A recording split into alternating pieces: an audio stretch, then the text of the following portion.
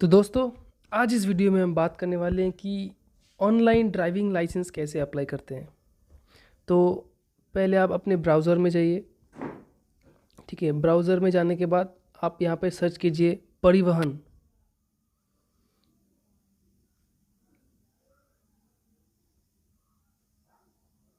परिवहन.gov.in इस साइट पे आपको जाना है।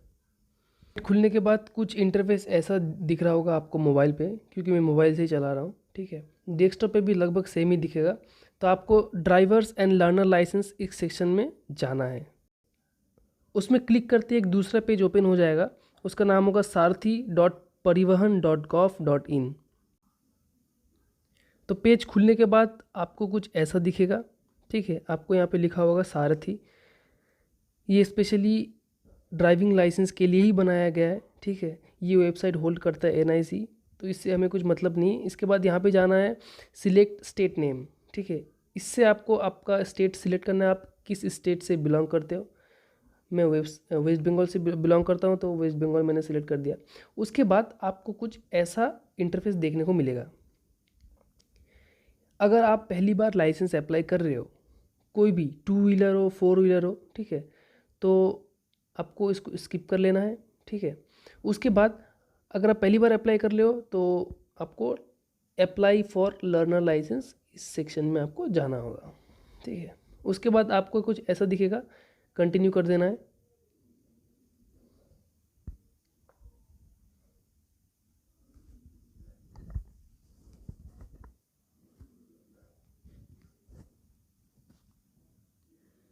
कंटिन्यू करने के बाद आपको कुछ ऐसा ऑप्शन दिखेगा। ठीक है, यहाँ पे आपको दिख रहा होगा सिलेक्ट कैटेगरी इफ़ रिक्वायर्ड।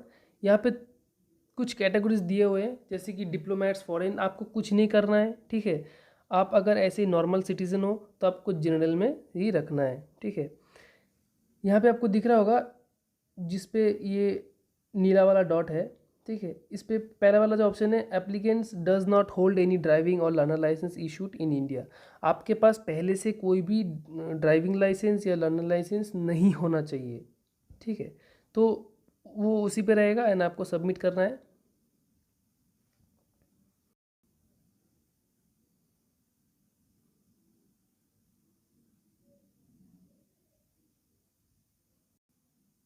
तो इसके बाद आपको कुछ ऐसा वाला सेक्शन देखने को मिल जाएगा, जहाँ पे आप EKYC के थ्रू कर सकते हो और विदाउट EKYC भी कर सकते हो। ठीक है, तो मैं आप लोगों को दिखाने के लिए जस्ट विदाउट EKYC कर रहा हूँ।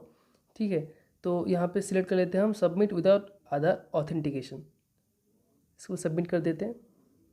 उसके बाद आपको अपना मोबाइल नंबर डालना होगा। यहाँ पे मोबाइल नंबर मैं अपना डाल देता हूँ।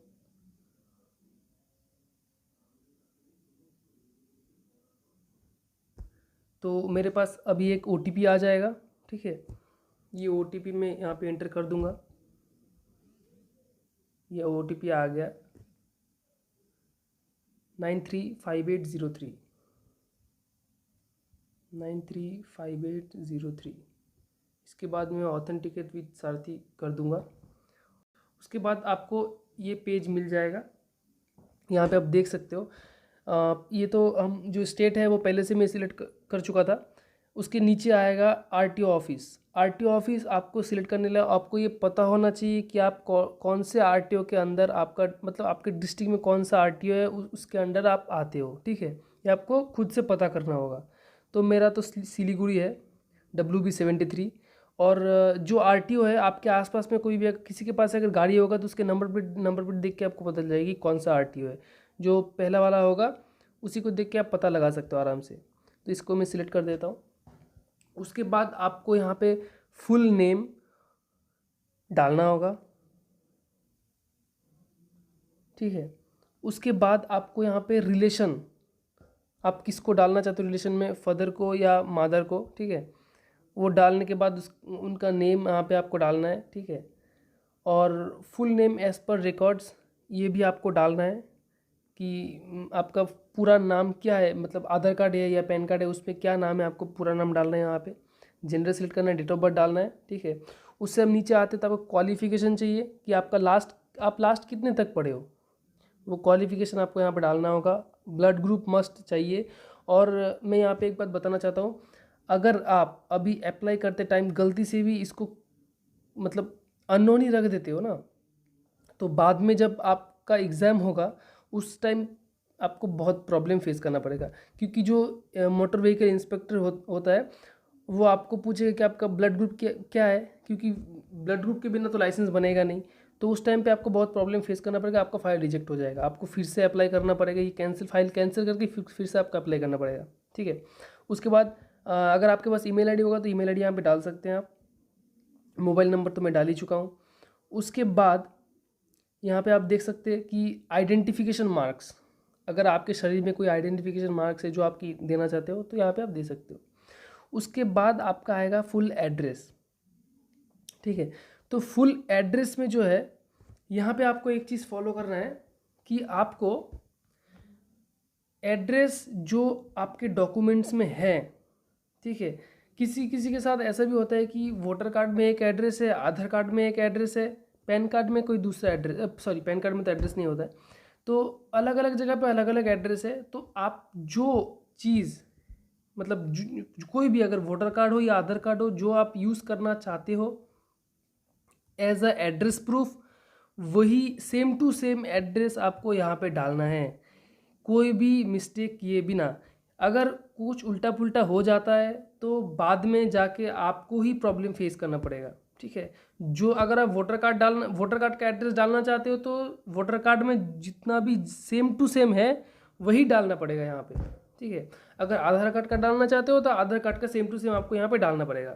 तो क्या क्या है यहाँ पे, वेस्ट एक तो स्टेट हो गया आपका, उसके बाद डिस्ट्रिक्ट हो गया, ब्लॉक आपको ठीक से डालना है, विलेज या टाउन जो भी है आपका वो ठीक ठाक से, या सिटी आपको ठीक ठाक से डालना है, डोर नंबर, स्ट्रीट लोकेलिटी या पुलिस स्टेशन जो भी है।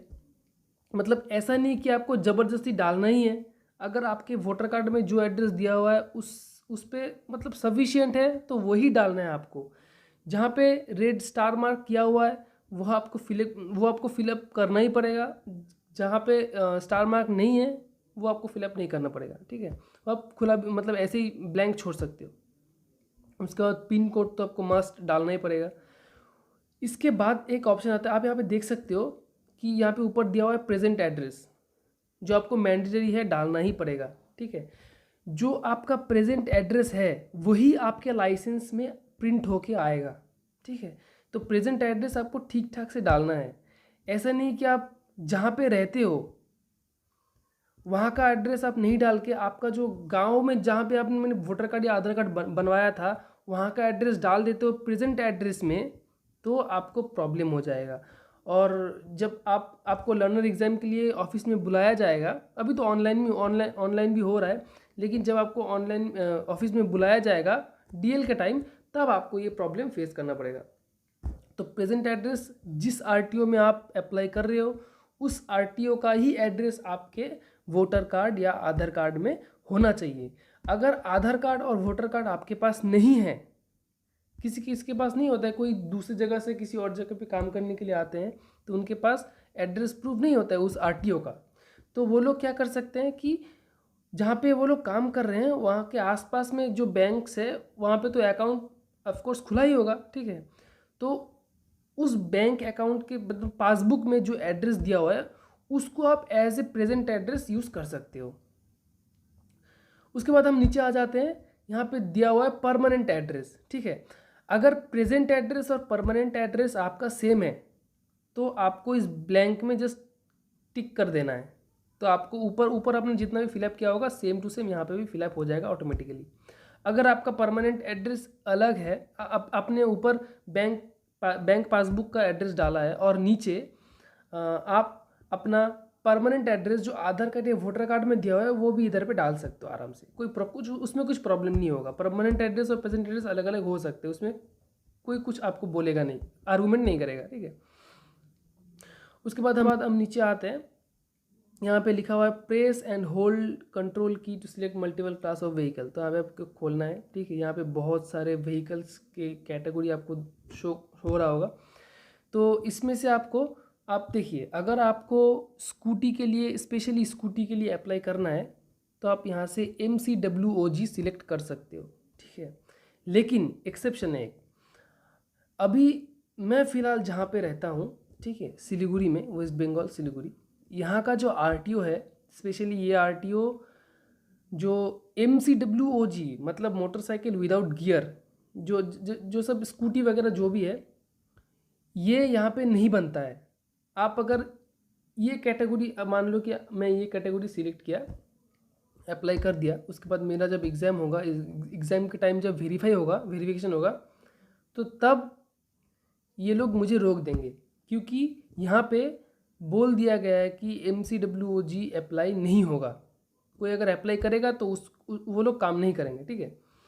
तो स्पेशली हमको यहाँ पे MCWG ही फिलअप करना पड़ता है, क्योंकि यहाँ पे रूल कर दिया गया है कि स्कूटी या बाइक दोनों आप एक ही लाइसेंस से चला सकते हैं, आपको अलग अलग लाइसेंस लेने की ज़रूरत नहीं है, ठीक है।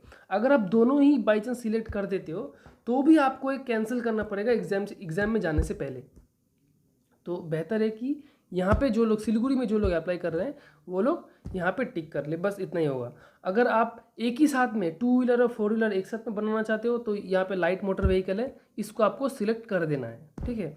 और बाकी बहुत सारे कैटेगरी है जिसको जो कुछ बनवाना है वहाँ इधर से देख सकते हो।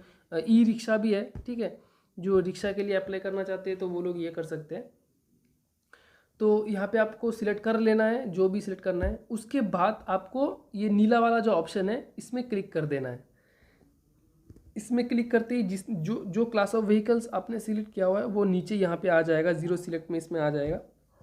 उसके बाद if the applicant trained from driving school, अगर आपने ड्राइविंग स्कूल से ट्रेनिंग लिया हुआ है सॉरी, अगर आपने ड्राइविंग स्कूल से ट्रेनिंग लिया हुआ है तो यहाँ पे टिक कर देना है आपको, या तो ऐसे ही खुला छोड़ देना है। सेल्फ डिक्लेरेशन फॉर्म, सॉरी ये आप अभी ओपन नहीं होगा क्योंकि क्लास ऑफ व्हीकल मैंने सिलेक्ट नहीं किया हुआ है। सेल्फ डिक्लेरेशन फॉर्म आपको मैं एक बार में दिखाई देता हूँ, रुकिए।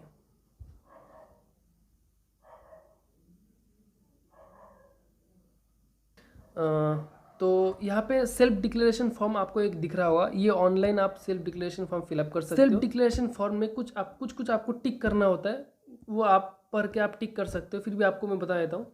No, yes, no no no no, ठीक है, ये आपका सिंक्रोनाइज ऐसे होगा, पहले वाला नो, उसके बाद येस, उसके बाद नो नो नो नो, ठीक है।